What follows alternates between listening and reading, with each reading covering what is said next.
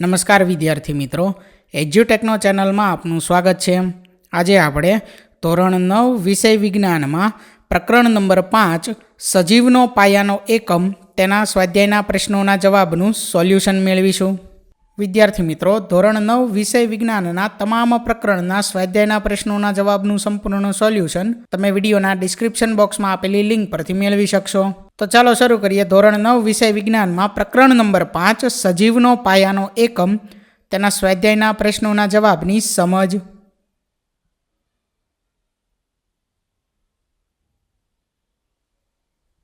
સૌથી પહેલા છે પ્રશ્ન નંબર 1, પ્રાણી કોષની સાથે વનસ્પતિ કોષની તુલના કરો અને તેમના તફાવત લખો। તો અહીં વનસ્પતિ કોષ અને પ્રાણી કોષનો તફાવત લખેલો છે, જેમાં વનસ્પતિ કોષમાં પહેલો મુદ્દો છે તેમાં હરિતકણ હોય છે, ત્યાર પછી બીજું તેમાં તારા કેન્દ્રનો અભાવ હોય છે, ત્રીજું તેમાં કોષ દિવાલ હોય છે, ચોથું તેમાં રસધાની મોટા કદની હોય છે। જ્યારે પ્રાણી કોષમાં પહેલો મુદ્દો છે કે તેમાં હરિતકણનો અભાવ હોય છે, ત્યાર પછી બીજો મુદ્દો તેમાં તારા કેન્દ્ર હોય છે, ત્યાર પછી ત્રીજો મુદ્દો તેમાં કોષ દિવાલનો અભાવ હોય છે, ચોથો મુદ્દો છે તેમાં રસધાની નાના કદની હોય છે। ત્યાર પછી પ્રશ્ન નંબર 2, આદિકોષ કેન્દ્રી કોષ એ સુકોષ કેન્દ્રી કોષથી કેવી રીતે ભિન્ન છે?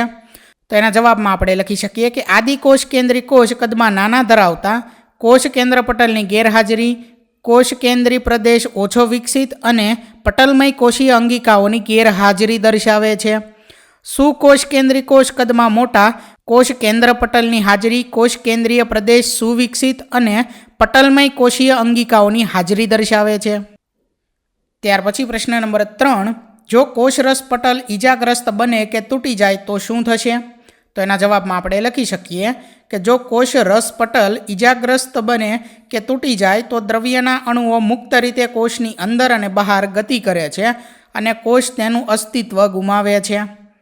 ત્યાર પછી પ્રશ્ન નંબર 4, જો ગોલ્ગી પ્રસાધનનો અભાવ હોય તો કોષના જીવનનું શું થાય? તો એના જવાબમાં આપણે લખી શકીએ કે જો ગોલ્ગી પ્રસાધનનો અભાવ હોય તો કોષની નિપજોનું પેકેજિંગ, રૂપાંતરણ અને તેને મુક્ત કરવાનું કાર્ય અટકી જાય। આ દ્રવ્યોનો સંગ્રહ વધતો જતાં કોષ શિથિલ જીવન તરફ ધકેલાય છે। ત્યાર પછી પ્રશ્ન નંબર 5, કઈ અંગિકાને કોષના ઉર્જાઘર એટલે કે શક્તિઘર તરીકે ઓળખાય છે? શા માટે? તો એના જવાબમાં આપણે લખી શકીએ કે કણાભસૂત્ર અંગિકા કોષના ઉર્જાઘર અથવા તો શક્તિઘર તરીકે ઓળખાય છે, કારણ કે જીવનની વિવિધ રાસાયણિક પ્રવૃત્તિઓ માટે જરૂરી ઉર્જા એટીપીના સ્વરૂપમાં કણાભસૂત્રમાં નિર્માણ કરવામાં આવે છે। ત્યાર પછી પ્રશ્ન નંબર 6, કોષ રસ પટલનું બંધારણ કરતા લિપિડ્સ અને પ્રોટીન્સનું સંશ્લેષણ ક્યાં થાય છે? તો કોષ રસ પટલનું બંધારણ કરતા લિપિડ્સ અને પ્રોટીનનું સંશ્લેષણ અંતઃકોષ રસ જાળમાં થાય છે। ત્યાર પછી પ્રશ્ન નંબર 7, અમીબા તેનો ખોરાક કેવી રીતે મેળવે છે? તો જવાબ છે કે અમીબા તેનો ખોરાક કોષ રસ પટલ વડે થતી અંતર્વહન ક્રિયા દ્વારા મેળવે છે। ત્યાર પછી પ્રશ્ન નંબર 8, આશ્રુતિ એટલે શું?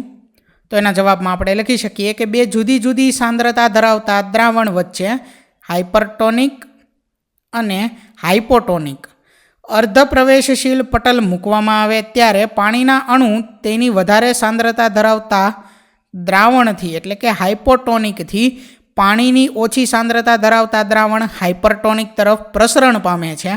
પ્રસરણના આ વિશિષ્ટ કિસ્સાને આશ્રુતિ કહે છે। ત્યાર પછી આગળ પ્રશ્ન નંબર 9, નીચેનો આકૃતિનો પ્રયોગ કરો। તો અહીં સૂચના આપેલી છે કે બટેટાને લઈને તેની છાલ સહિત 4 ટુકડા કરો અને તેને ખોતરીને બટાટાના કપ્સ બનાવો। આમાંનો એક બટાટાનો કપ બાફેલા બટાટાનો બનાવો। પ્રત્યેક બટાટાના કપને પાણી ભરેલ પાત્રમાં મૂકો। ત્યાર પછી છે કપ A ખાલી રાખો, બી કપ બીમાં 1 ચમચી ખાંડ મૂકો, કપ સીમાં 1 ચમચી મીઠું મૂકો, કપ ડીમાં જે ઉકાળેલો કે બાફેલા બટેકાનો કપ છે તેમાં 1 ચમચી ખાંડ મૂકો। આ ચારેય કપને 2 કલાક માટે રહેવા દો।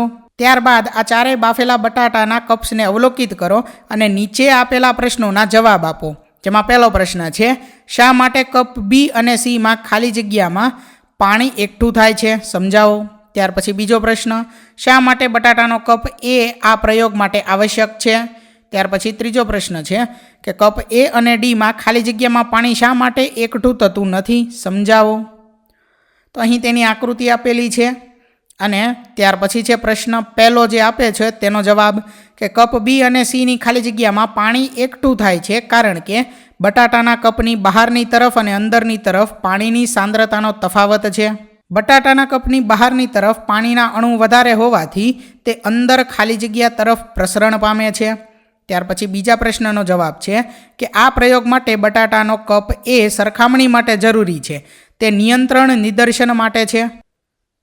અને ત્યાર પછી ત્રીજા પ્રશ્નનો જવાબ છે કે કપ એ અને બીની ખાલી જગ્યામાં પાણી એકઠું થતું નથી કારણ કે કપ એમાં સાંદ્રતા તફાવત સર્જાવવા માટે કોઈ દ્રાવણ હોતું નથી.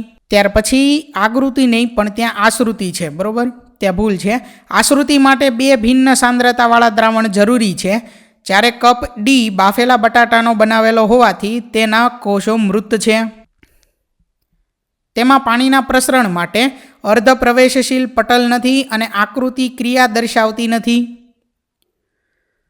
ત્યાર પછી પ્રશ્ન નંબર 10, શરીરના સમારકામ અને વૃદ્ધિ માટે કયા પ્રકારનું કોષ વિભાજન આવશ્યક છે અને જન્યુઓના નિર્માણમાં કયા પ્રકારનું કોષ વિભાજન સંકળાયેલું છે.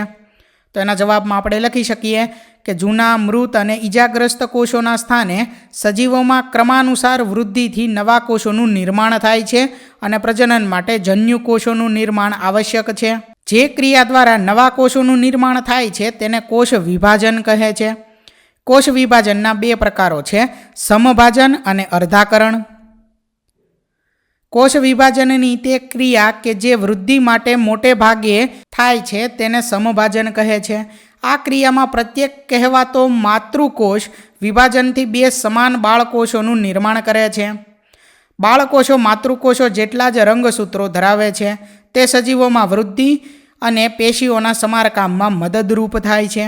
તો વિદ્યાર્થી મિત્રો, અહીં ધોરણ 10 વિષય વિજ્ઞાનમાં પ્રકરણ નંબર 5ના સ્વાધ્યાયના પ્રશ્નોના જવાબનું સોલ્યુશન પૂર્ણ થાય છે. થેન્ક યુ દોસ્તો. એજ્યુકટેકનો ચેનલ તરફથી વિડીયો નિહાળવા બદલ આપનો આભાર. આવા બીજા વિડીયોઝ નિહાળવા માટે અમારી યુટ્યુબ ચેનલ એજ્યુકટેકનો અત્યારે જ સબસ્ક્રાઇબ કરો. આભાર દોસ્તો.